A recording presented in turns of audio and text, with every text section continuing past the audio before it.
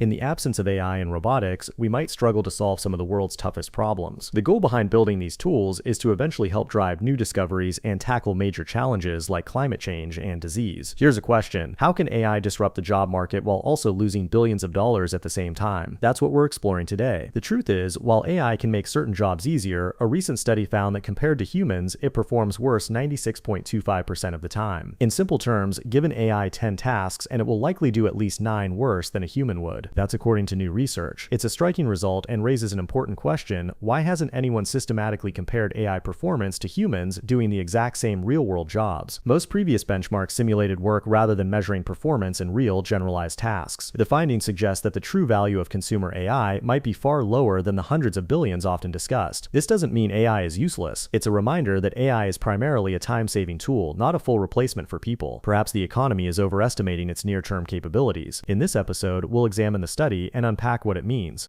The study's premise was straightforward. Researchers took paid jobs that had already been completed by real people and assigned the same tasks to AI models. Human evaluators then compared the outputs. They called this framework the Remote Labor Index, or RLI. Since most modern work is computer-based, the logic was simple: directly test how well AI competes in professional digital jobs. The tasks came from Upwork and covered video production, CAD, graphic design, game development, audio editing, architecture, and more. Humans and AI received identical briefs and supporting materials such as spreadsheets or reference images. In total, AI models were tested on 240 jobs, each paying about $630 on average. The results were poor. The top-performing model, Claude Opus 4.5, achieved a 3.75% success rate in delivering acceptable work. That translates to a 96.25% failure rate. Gemini scored 1.25%. Even if a newer version improves by 5 percentage points, that still leaves failure above 90%. Only when results approach 35% or 40% would the conversation meaningfully change. The original paper tested models that were several months old, though updated results are available online. Still, the broader pattern remains. Where did AI fall short? Failure meant not matching or exceeding human-level performance in a freelancing context where clients paid directly for results. 4 major failure categories stood out. First, AI sometimes produced corrupt, empty, or unusable files. Second, it frequently submitted incomplete work, such as missing assets or drastically shortened videos. Third, quality often failed to meet professional standards even when deliverables were technically complete. Fourth, outputs lacked consistency, like mismatched architectural plans or visual discrepancies across 3D renders.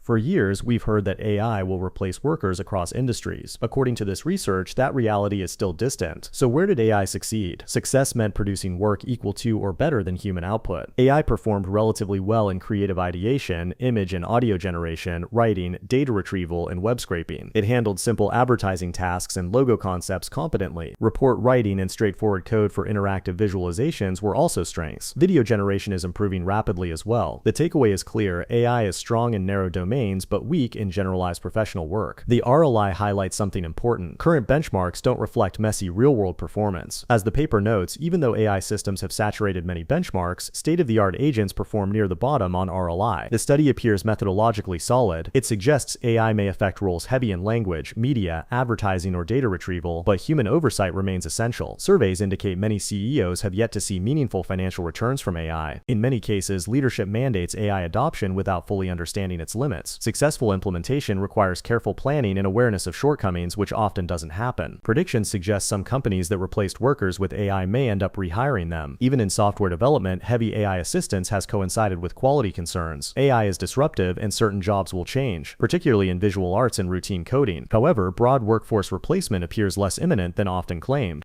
AI is evolving quickly, so this assessment could shift, but as of early 2026, the data suggests a more modest impact. If you're a software engineer, there may even be opportunity in fixing poorly AI-generated applications. Artificial intelligence will likely transform the world, but not immediately, and not in its current form. A telling example is chess. Models trained on massive datasets of games and rules can still make illegal moves. They don't truly internalize how chess works. Scaling models larger may not solve that. Foundational research into intelligence itself may be required. Large language models excel at mimicking patterns in human language. They do not necessarily build deep models of the world. Reinforcement learning aims at environmental understanding, language models primarily imitate. This doesn't mean AI won't succeed or isn't useful. Narrow applications already work well. The concern is financial risk. Massive investment and blanket deployment could misallocate enormous sums if expectations outrun capability. Even in medicine, reports have surfaced of AI malfunctions contributing to serious procedural errors. These incidents highlight the importance of caution. AI can assist in coding, mathematics, and writing, but full autonomy across sensitive fields remains premature.